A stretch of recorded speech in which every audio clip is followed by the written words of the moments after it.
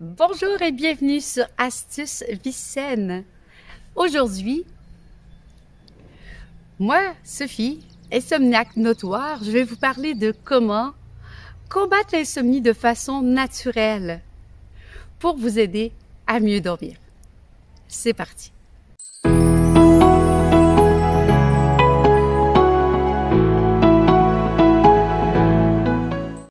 Vous savez, j'ai la chance aujourd'hui, vous pouvez le voir derrière moi, d'être dans un cadre exceptionnel, magnifique, avec le soleil, c'est extraordinaire.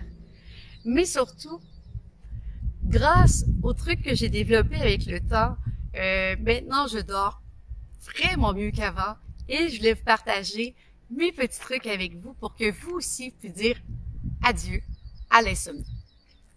Donc, on y va avec mes astuces pour mieux dormir. La première astuce, en fait, c'est vraiment la plus simple et pourtant, même si c'est idiomatique, je pense pas que de nos jours, au 21e siècle, ce soit la plus simple, c'est de couper tout ce qui est écran, donc la lumière bleue, à partir de 18 heures. Donc, après avoir mangé le soir, plus d'écran. Non, on n'écoute pas un film, non, on n'écoute pas une énième vidéo sur YouTube, whatever. S'il est passé 18 heures, ben coupez tout de suite. Tout simplement parce que la lumière bleue est connue pour justement empêcher de s'endormir, empêcher d'avoir un sommeil profond et réparateur. Et surtout, ça nous amène souvent dans un état d'excitation qu'on veut éviter pour justement arriver à s'endormir de façon naturelle le soir. Le deuxième truc, ce serait tout simplement, dès le matin, de s'exposer à la lumière, si possible, naturelle.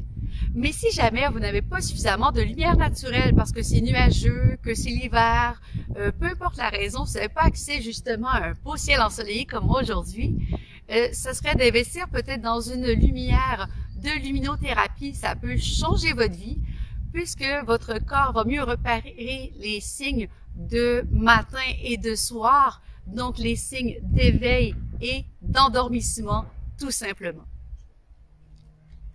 En troisième, une autre chose qui va de soi, mais qui est tellement pas facile à mettre en œuvre au quotidien, je le sais moi-même, c'est de faire de l'exercice quotidiennement.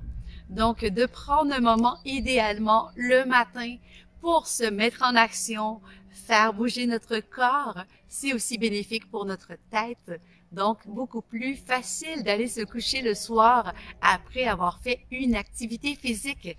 Et cela sera également bénéfique pour vous permettre d'avoir une meilleure journée, bien sûr.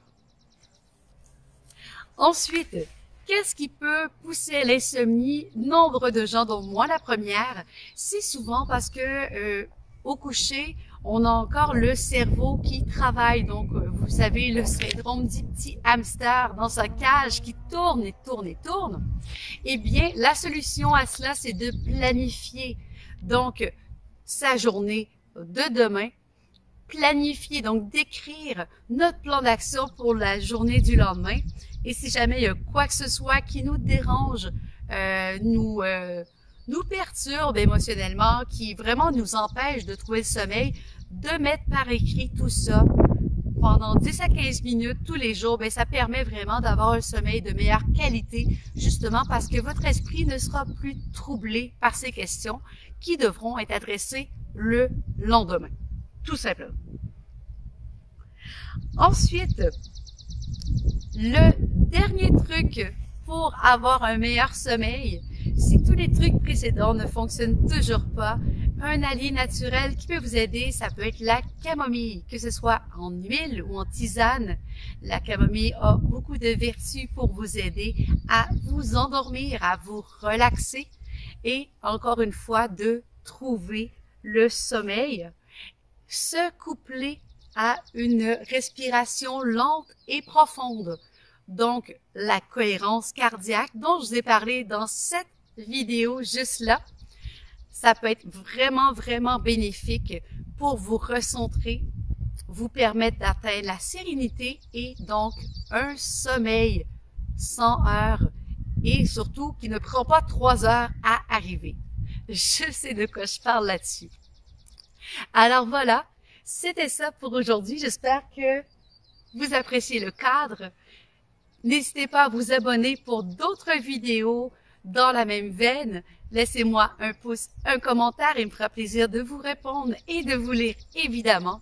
Et je vous dis bon dodo à tous et à très bientôt.